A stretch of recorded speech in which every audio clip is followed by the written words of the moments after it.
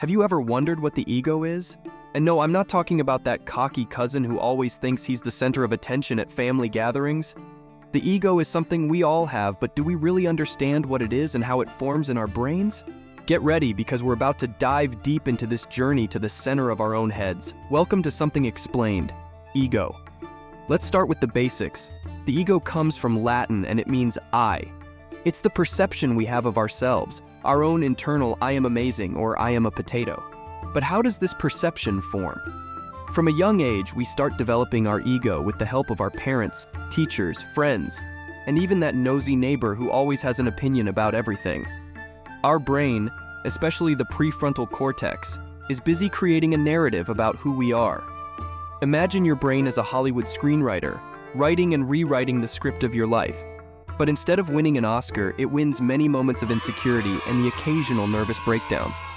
This is how our ego is shaped, through experiences, good advice, and of course some traumas we'd rather forget. Unconsciously, we cling to this image of ourselves like a dog clings to a bone. This can be great for motivating us to achieve amazing things, but it can also turn us into real pains. The ego is the one whispering in your ear, go ahead, impress everyone, but also, don't let anyone criticize you, you're perfect. It's a true master of emotional manipulation. Remember the last time you felt offended by a silly comment? Or when you tried to impress someone by telling that story you've already told 1,000 times? Or even when you join a conversation that's happening and start talking over people, speaking louder and drawing attention to yourself? That's your ego in action, trying to keep your shiny image intact.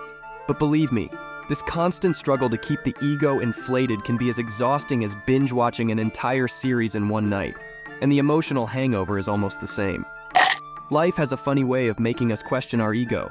It can be through a monumental failure, a heated argument, or simply a moment of reflection while curled up in the shower. These moments force us to look in the mirror and think, who am I really? It's then that we realize our ego is a master of illusions and that we can and should rewrite our own story more honestly. So the next time you find yourself reacting defensively or trying to impress everyone, ask yourself, is this my ego talking, and does my ego need a little vacation? Understanding and questioning our ego is the first step to living a more authentic life and, of course, with much more good humor. After all, laughing at ourselves is the best way to keep the ego in its place. Now I'm going to tell a little story to further exemplify the ego. I'm sure you know one of these characters I'm going to mention. And if you don't, there's a good chance one of them is you. Before proceeding, I want to thank all the support you, my viewers, have given me. Thank you for making me believe in my dream. Remember to leave a like and a comment. It makes me very happy. And for those who are not yet subscribed to the channel, if you are enjoying the video, please consider subscribing and following me. Let's explain and simplify life together. Once upon a time, there were two friends who grew up together, Jake and Sam. From an early age, Jake always stood out. He was the captain of the school soccer team, had the best grades in the class, was the teacher's favorite, and was very popular with the girls. This constellation of successes began to inflate his ego. Jake started to believe he was superior to everyone around him, including Sam, his best friend. Sam, on the other hand, was always more shy and reserved. He admired Jake and at the same time felt increasingly small beside him. While Jake boasted about his achievements, Sam struggled to find his own space and identity. The difference between the two friends became more evident when they entered college. Jake chose a prestigious university, full of opportunities. He was convinced that his success was guaranteed and never missed a chance to remind everyone of it. Sam opted for a smaller college, where he felt more comfortable and believed he could grow without Jake's shadow. During the first years, Jake shone.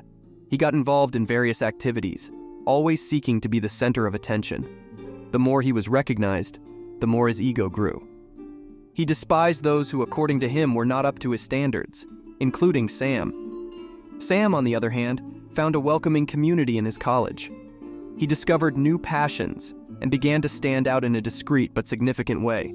Despite his achievements, he never boasted or made others feel inferior.